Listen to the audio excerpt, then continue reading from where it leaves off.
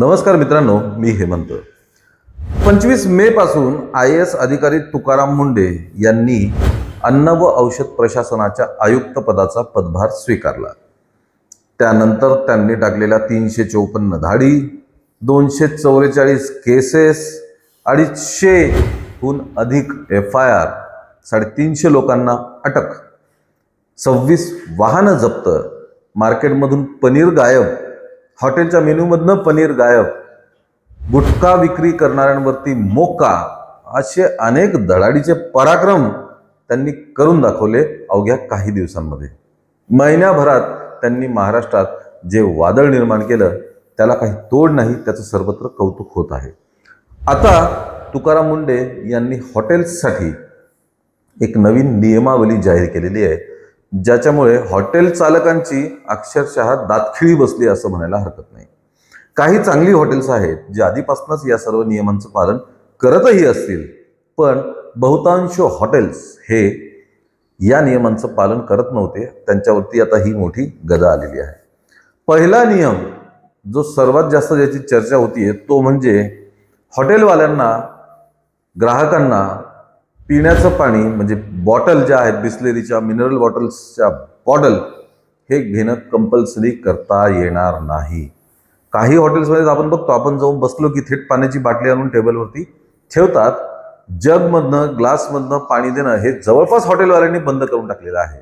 कारण पाणी सुद्धा फुकट देण्याऐवजी ते जर विकलं तर हॉटेलवाल्यांचाच त्यामध्ये फायदा आहे. पण आता हे बंद व्हावं लागणार आहे, कारण तुकाराम मुंढेंनी तसा नियम जाहीर केलेला आहे.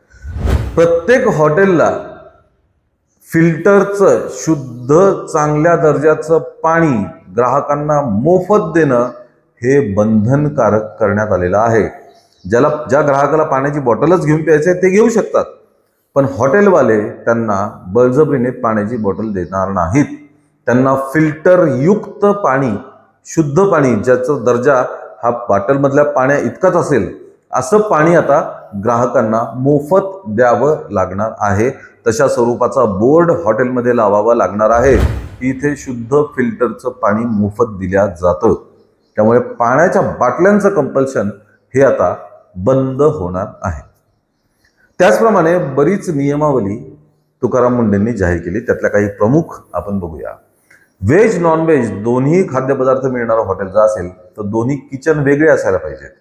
दोन्हींसाठी भांडे वेगळे असायला पाहिजेत. त्याचप्रमाणे हे साठवून ठेवण्यासाठी जे फ्रीज आहेत ते सुद्धा एक असता कामा नये. ज्या फ्रीजमध्ये नॉनव्हेज पदार्थ तुम्ही ठेवतात त्यामध्ये व्हेज ठेवायचे नाही. दोन्हीही व्हेज आणि नॉनव्हेज फ्रीजेस वेगवेगळे असतील.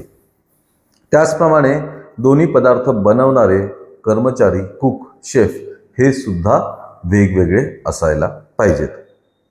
त्याचप्रमाणे किचन स्टाफ वेगळा पाहिजे, सर्व करणारा स्टाफ हा वेगळा असायला पाहिजे. प्रत्येक कर्मचाऱ्याची नियमित आरोग्य तपासणी ही करावीच लागेल, ते बंधनकारक असणार आहे. त्याचप्रमाणे हॉटेलमध्ये वावरणाऱ्या सर्व कर्मचाऱ्यांनी ग्लोव्ज घालणं, डोक्यावरती टोपी असणं, मास्क सुद्धा असणं हे बंधनकारक करण्यात आलेलं आहे.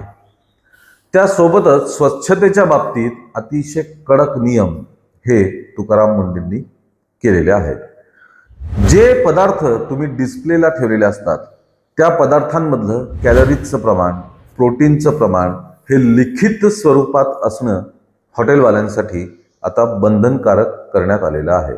म्हणजे एखादा पदार्थ त्यात प्रोटीन किती आहेत, कार्बोहायड्रेट्स किती आहेत, कॅलरीज किती आहेत हे डिस्प्लेवरती असणं, ग्राहकांना दिसेल अशा स्वरूपात असणं अतिशय बंधनकारक करण्यात आलेलं आहे.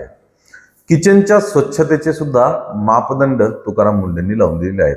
नामांकित सर्टिफाईड पेस्ट कंट्रोल कंपनीकडनं योग्य वेळेत वारंवार तुमच्या किचनचं आणि पूर्ण हॉटेलचं पेस्ट कंट्रोल केलेलं असणं आवश्यक आहे. त्याचे रेकॉर्ड, त्याच्या नोंदी या सुद्धा आवश्यक आणि कंपल्सरी करण्यात आलेल्या आहेत. पदार्थांचं टेम्परेचर किती असलं पाहिजे, पदार्थ कधी बनवलेला आहे, माल किती स्वरूपात साठवून ठेवायचा यावरती सुद्धा तुकाराम मुंढे यांनी बंधनं घातलेली आहेत. बऱ्याच रेस्टॉरंटमध्ये चिकन, मटन सारखे मांसाहारी पदार्थ हे बराच काळ स्टोरेज करून ठेवलेले असतात. स्टोरेज एखादं बाउन्स करणं हे फारसं चांगलं नसतं. मांसाहारी लोकांना हे माहिती आहे की ताजं मांस जे आहे ते चिकन असेल, मटन असेल, फिश असेल किंवा काही असेल, हे ताज्या स्वरूपातलं वापरणं हे आरोग्यासाठी केव्हाही चांगलं असतं. पण ते स्टोअर करून ठेवणं, फ्रीजमध्ये दिवसेंदिवस ठेवणं आणि मग ते काढून सर्व करणं, याबद्दल कडक नियम आता तुकाराम मुंडे यांनी जाहीर केलेले आहेत. त्याचप्रमाणे कर्मचाऱ्यांची स्वच्छता याला सुद्धा प्रायोरिटी दिलेली आहे. बऱ्याच हॉटेलमध्ये काय होतं की सर्व करणारे कर्मचारी जे आहेत ते चांगले कपडे घातलेले, व्यवस्थित कॅप वगैरे घातलेले असतात, पण किचनच्या आत जिथे ॲक्च्युली पदार्थ बनतात त्या ठिकाणचे कर्मचारी मात्र अतिशय अस्वच्छ कपड्यांमध्ये, त्यांनी आंघोळ केलेली असते की नाही माहीत नाही, त्यांचे हात स्वच्छ असतात की नाही माहीत नाहीत, पण किचनमध्ये, कारण कस्टमरला ॲक्सेस नसतो, किचनमध्ये कस्टमर जाऊ शकत नाही, त्यामुळे तिथे काहीही अंधाधुंद प्रकार चालतो आणि मग अशुद्ध पदार्थ जे खाण्यायोग्य नाहीत असे ताटात येऊन आपल्या पडत असतात. त्याचप्रमाणे भांडी धुण्याचे तिथे तुम्ही नामांकित सर्टिफाईड कंपनीचं डिटर्जंट, साबण किंवा लिक्विड वापरायला पाहिजे. भांडी धुण्याचा भाग जो आहे तो किचनपासून दूर असला पाहिजे, म्हणजे खरकटं वेस्ट गेलेलं जे आहे ते अन्नपदार्थात मिसळणार नाही. असे सुद्धा नियम तुकाराम मुंडे यांनी लागू केलेले आहेत. 25 मे पासून सुरू झालेलं तुकाराम मुंडेंचं वादळ आता एक एक करून पुढचं पाऊल घेत आहे. त्याच्यामुळे अन्न आणि औषध प्रशासन विभाग हा पुरता चर्चेत आलेला आहे. या अगोदर कधीच या विभागाची इतकी चर्चा झालेली नव्हती. भेसळयुक्त केसेस तुकाराम मुंडेंनी प्रचंड पकडल्या, पनीरवरती त्यांनी विशेष कारवाई केलेली आहे आणि आता हॉटेल्ससाठी सुरू केलेली ही नियमावली नवीन खूप मोठ्या प्रमाणात चर्चेत आलेली आहे. तुकाराम मुंडेंच्या या प्रयत्नांना नक्कीच यश येईल आणि राज्याचं अन्न आणि औषध प्रशासन हे सुतासारखं सरळ होईल आणि आपल्या नागरिकांच्या आरोग्यासोबत आता यापुढे खेळ होणार नाही अशी अपेक्षा आपण करूया. मित्रांनो, तुम्हाला सर्वांना याबाबत काय वाटतं हे नक्कीच आम्हाला कमेंटमध्ये कळवा. या व्हिडिओला लाईक आणि शेअर करा आणि आमच्या चॅनलला ताबडतोब सबस्क्राईब करा. धन्यवाद.